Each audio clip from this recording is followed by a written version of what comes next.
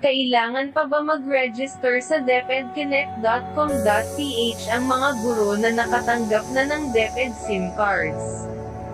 Maraming guro na sa bansa ang nakatanggap ng SIM cards mula sa Department of Education.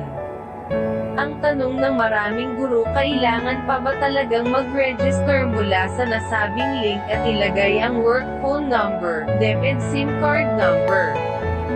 Narito ang paliwanag mula sa DepEd Care bilang tugon sa isang inquiry.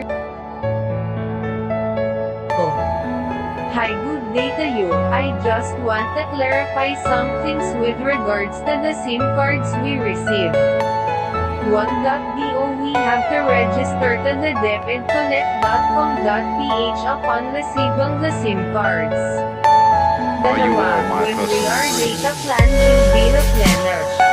Tatlo, how much data allocation can we use per month and how many months? I apologize for any inconvenience that I may cause. Thank you in advance. Everything you know is in your mind. Piano, magandang gabi. And need to register again on https://deped.connect.com.ph/. The work phone number and personal phone number is for contact purposes only. Dalawa.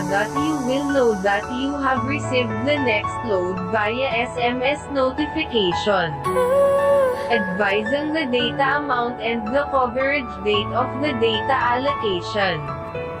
Tatlo. The data allocation for DepEd 349 is 4 gig open access. You can access all website and applications. And here is a gig daily wallet that will replenish every 12 midnight and